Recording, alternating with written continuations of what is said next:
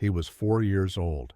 A German shepherd, once powerful, now trembling, chained to frozen railroad tracks.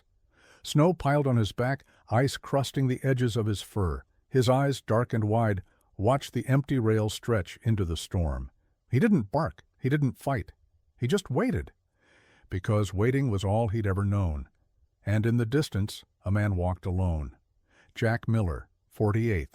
Slow, shy, forgotten by the world. The kind of man who always kept his head down, who never stood up, not even for himself. What you're about to hear is a story about a quiet man, a broken dog, and a moment that changed both of their lives. Buffalo, New York, February. The kind of winter that didn't just arrive, it descended. Snow pressed heavily on rooftops, curled around street corners in icy whirlwinds, and blanketed the entire city in blinding, sterile white. Even the trains seemed quieter in the cold, as if the wind had muted the steel against steel. On the outskirts of the city, where the urban lights faded into rusted fences and empty parking lots, the railway stretched like a scar through the snow. Jack Miller trudged alone down the track, boots crunching softly beneath him. He was 48 years old, though his shoulders carried 60 winters, a tall, slouched figure in a grease-stained brown parka. His gait was uneven from an old injury, his left knee stiff in the cold. His face was pale and drawn, with pale blue eyes that rarely looked up and lips that were more often pressed tight than parted in conversation. Jack had worked maintenance on the rail line for over 20 years. He'd been passed over for promotions, forgotten at the Christmas parties, and tolerated at best by the other workers, who referred to him as Ghost Jack. Not out of malice, but because he simply faded into the background. He wasn't unkind. In fact, he was the opposite. But he spoke softly, slowly, as if unsure his words deserved space. People didn't have time for that. Jack's apartment wasn't far from this stretch of track, a third-floor unit in a crumbling brick building where the heating only worked if you kicked the baseboard. His mother, Mary Miller, lived with him. She was 79 and slipping deeper into Alzheimer's each day.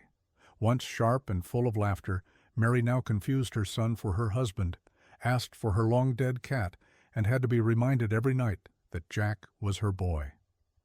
Jack had given up any kind of social life to care for her. He didn't mind, but it wore him down. Loneliness, after all, was a quiet erosion. That night, Jack's shift had started at 6 p.m. By 10, the storm had thickened into a white curtain. He moved slowly along the track with his flashlight, checking for ice buildup and signs of damage. The beam of light cut through the falling snow in a pale cone. His breath puffed out in clouds. The world around him was still, save for the occasional distant rumble of a freight train far to the south. Then he heard it. A sound so soft it could have been the wind. But it came again. A faint whimper. Jack stopped. The beam of his flashlight swung out toward the embankment, then further down the line. He held his breath. There it was, again, a low, broken cry.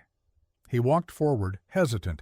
The sound grew clearer, tugging at something deep in his chest. And then he saw it. Just beyond a bend in the tracks, partially buried in snow, was a dark shape. At first it looked like a pile of trash, or maybe someone's lost coat.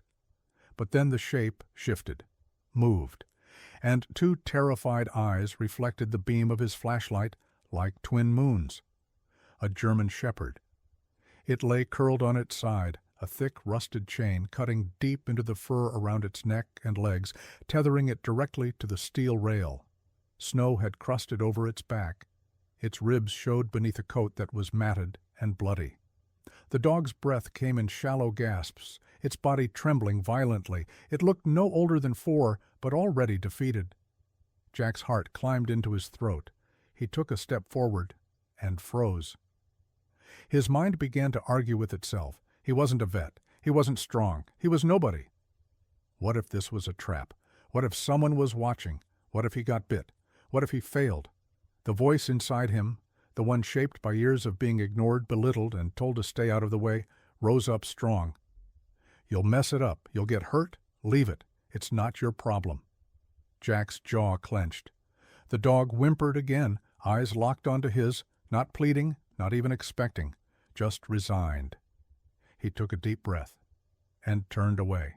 He turned his back on the dog, took 2 steps down the track, flashlight aimed ahead. The wind screamed through the trees as if in protest. The snow deepened. The sound faded behind him, but then Jack stopped. He stood still for a long moment, head down. The cold crept into his gloves. His mother's voice echoed in his mind, not the confused, fragile voice she used now, but the one from his childhood. You don't have to be big to be brave. Jackie! His breathing quickened. He looked back over his shoulder. The dog hadn't moved. Jack's fingers curled tighter around the flashlight. He blinked against the snow in his eyes. His boots stayed planted. And yet, he didn't turn back. Not yet. Jack Miller stood frozen in the snow, the wind slashing at his back as if urging him forward, but his boots felt anchored to the earth. His breath misted in shaky bursts. The sound of his own pulse roared in his ears. He had taken 2 steps away, 2 steps that had felt like a lifetime, and yet his legs would not carry him farther. The faint whimper behind him, barely a thread of sound, tugged at something inside his chest that had long been buried under years of silence. He squeezed his eyes shut. The image of his mother's confused face flickered across his mind. Mary Miller, once bright, quick-witted, with sharp green eyes and a laugh that could fill a room, now sat most days staring out the window, lost in the fog of Alzheimer's. She often mistook Jack for her long-dead husband, or sometimes even her own brother. Lately she had taken to calling him the quiet boy, a name she used when speaking of Jack's childhood, when he had been so soft-spoken his teachers thought he was mute. Jack's jaw trembled. The wind howled, pushing at his coat. The snow pelted his cheeks, sharp as needles. In the silence between gusts, the dog's cry reached him again, softer now, thinner, like the last breath of something giving up. Jack's hand clenched tighter on the flashlight. He remembered the playground bullies from school, the ones who had shoved his face into the mud, who had laughed at his stammering voice. He remembered the manager at work who always passed him over for better shifts. He remembered the neighbor who once shouted at him for walking too slowly on the shared stairs. All the moments when he had told himself, "Just keep your head down. Don't make trouble." Jack turned. His boots crunched loudly as he stumbled back, slipping on the icy rail, flashlight beam swinging wildly. His breath came faster now, a shallow pant, as adrenaline surged through his veins. The dog came into view again, its body limp, one ear flattened in the snow, eyes barely open. "Hang on," Jack mumbled, his voice cracking in the cold. Up close, the damage was worse than he had realized. The German shepherd's coat, once a rich black and tan, was tangled with ice and blood. The chain wrapped not just around its neck, but tightly around one foreleg, cutting deep into the skin. Jack dropped to his knees, fumbling at the chain with frozen fingers. He didn't notice the sound at first, the low, distant rumble, but as he worked, hands shaking, a vibration began to rise under his knees. He snapped his head up, eyes wide. The faint glow of the train's headlights was curving around the bend, still far, but not far enough. "No, no, no!" Jack hissed under his breath, tugging harder. His fingers slipped on the icy metal, panic spiking sharp in his chest. He yanked at the lock, tried to slide the loop off the rail, but it was too tight. He grabbed a rusted bolt on the side, tried twisting it. But it didn't budge. The vibration grew stronger. He could feel it in his bones. He looked into the dog's eyes. They were glazed, heavy-lidded, but a faint flicker of awareness still remained.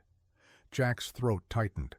With a strangled grunt, he pulled out his keys, found the old utility knife he kept for cutting stray cords, and tape. The blade was small and dull, but he hacked at the chain's thin connector, scraping at rusted links. Sparks flew. Useless. His hand slipped again. The train's horn sounded in the distance, a long, mournful blast. Jack flinched. His heart thundered. He let out a sharp, desperate cry and slammed the knife at the thinnest point of the chain. Once, twice. It didn't break. So Jack did the only thing left. He grabbed the dog's body, wrapped both arms around it, and pulled with all his weight. The chain dug into the animal's skin, but slowly, inch by inch, the loop twisted just enough to slip partially off the rail. Jack heaved again, feeling the burn in his shoulders, the ache in his back. The train horn blared louder, the headlights now cutting through the storm. Blinding. With one final pull, Jack wrenched the dog free and tumbled backward into the snow.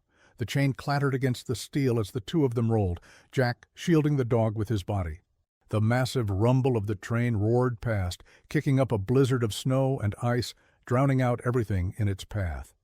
When the last car finally passed, the world fell into eerie stillness. Jack lay gasping on the ground, his face pressed into the snow, arms still wrapped tightly around the trembling body in his grasp. The dog let out a weak, shuddering sigh. Jack slowly lifted his head. His face was pale, damp with sweat despite the cold.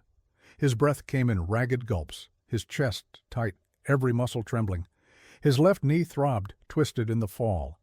The dog stirred weakly, pressing its nose faintly into Jack's sleeve. Its body was too light for its size, ribs sharp against Jack's arms. Up close, Jack could see the scars on its muzzle, the signs of old wounds. He realized in that moment, this dog hadn't just been abandoned. It had survived something far worse. Jack swallowed hard. For the first time in years, he felt something shift deep inside himself. A flicker, small and bright, buried under all the layers of fear and retreat. He had acted. He had saved a life, and that changed everything. Softly, his chest ached with fear. His whole life, he'd backed down from confrontation. But now he saw Ranger's trembling, determined body, heard the faint snarl rising in the dog's throat. Jack's fists clenched. "No," he said, voice shaking. "You're not taking him." For a heartbeat, silence hung heavy in the air. Then the bald man chuckled. "You sure about that, old man?" He took a slow step forward. Ranger let out a sharp bark, loud and fierce, his muscles tensing to spring. Jack stepped in front of the dog. The bald man's eyes narrowed. "Move." But Jack didn't. For the first time in his life, Jack Miller stood straight, shoulders squared, feet planted. He felt the cold rise through the soles of his worn boots, the tremor of the wind rattling the thin walls. And still he stood. Behind the thugs, a door slammed open. Emily Sanders, Jack's neighbor, burst in, her petite figure bundled in a long green parka, red hair pulled back in a messy bun. Her breath steamed in the cold as she raised her phone. "I've called the police," she shouted. "They're on their way."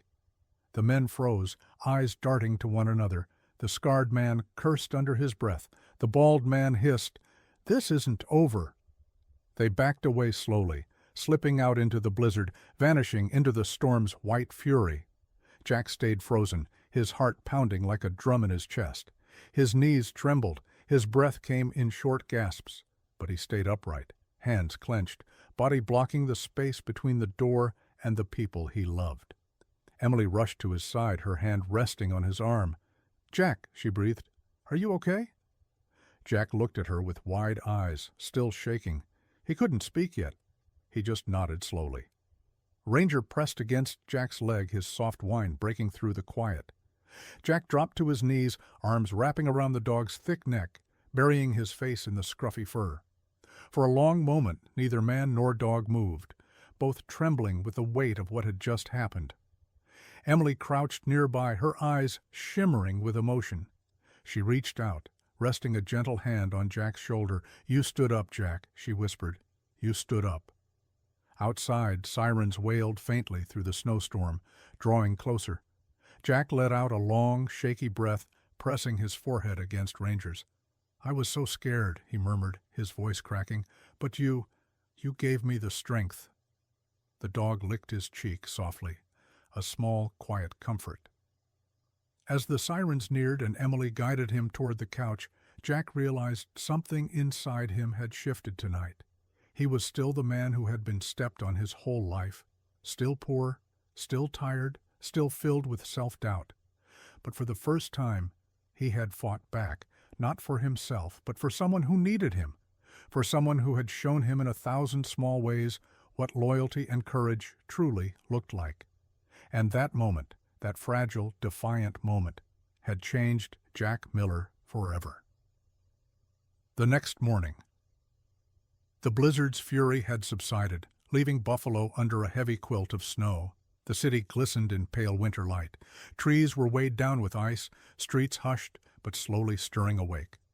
Jack Miller stood at his window, hands tucked into the sleeves of his old flannel shirt, gazing out over the blanketed city. His body ached from the tension of the night before, his mind still trying to process the fact that he had survived. No, that he had stood tall.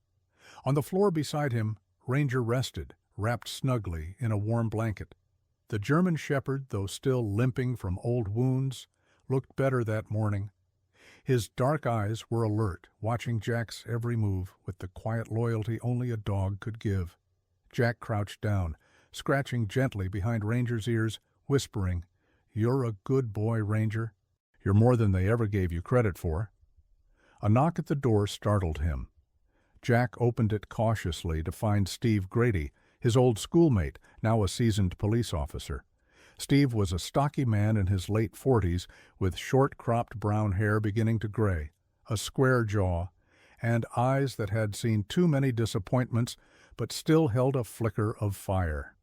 "Jack," Steve greeted, his voice low. "We need to talk." Jack stepped aside to let him in. Emily Sanders arrived moments later, wrapped in her green winter coat, her bright hair tousled, eyes wide with worry but also fierce with purpose. She carried a small laptop bag slung over one shoulder, her fingers red from the cold, but her posture radiated resolve. "We've uncovered something," Steve began, setting a folder on Jack's kitchen table, his gloved hands moving with careful precision. "It's bigger than we thought." Emily sat beside Steve, opening her laptop. "I've been digging through every bit of online chatter about Ranger's case since the story went viral. Donations have poured in, Jack. And more importantly, people have started sharing tips, things they've seen, things they've heard, combined with what Steve's team has found." She hesitated, her eyes locking onto Jack's. "It's ugly." Steve flipped open the folder, revealing photographs and printed reports. "The group that came after Ranger last night? They're part of a ring-running illegal attack dog operations. They breed, train, and sell dogs to the highest bidder, often criminals, and when a dog fails training, they stage an execution, or abandon it, no evidence, no questions asked." Jack's mouth went dry. He looked down at Ranger, who thumped his tail faintly at the sound of his name. So he was supposed to die because he wouldn't attack? Steve nodded grimly. During a trial run, Ranger refused to bite a civilian woman. That marked him as defective. They chained him to the tracks, hoping no one would notice. But you did. You and Ranger. You're the loose threads they never expected. Emily leaned forward, her laptop screen glowing softly. "I posted the photo of you and Ranger, Jack, because people needed to see this. And they have. The news outlets are calling, animal welfare groups want to help, and more importantly, people are naming names. One of the tips matched a supplier on Steve's radar." Steve added, "We're preparing a sting operation tonight. But we need something big to crack it open, something undeniable. And that's where Ranger comes in." Jack's brows furrowed. "Ranger?" Steve smiled slightly. "He's living evidence. We need a public statement. If we show he survived, if we document the scars, the ID tag, the chain marks, we can tie this directly back to the people responsible." Jack's stomach churned. Public media attention. Cameras. All things that made his skin crawl. But when he looked into Ranger's eyes, saw the quiet patience and hard-won survival there. He straightened his shoulders. "We'll do it. If this tale moved you, if you felt the tension, the heartbreak, and the triumph, please support our channel by hitting the like button and subscribing. Your support means the world to us and helps us bring more thrilling, emotional, and inspiring stories your way. Leave a comment below and let us know what you think. Do you believe dogs have an extraordinary sixth sense? Share your thoughts and personal stories with us. Thank you for watching, and we'll see you in the next video.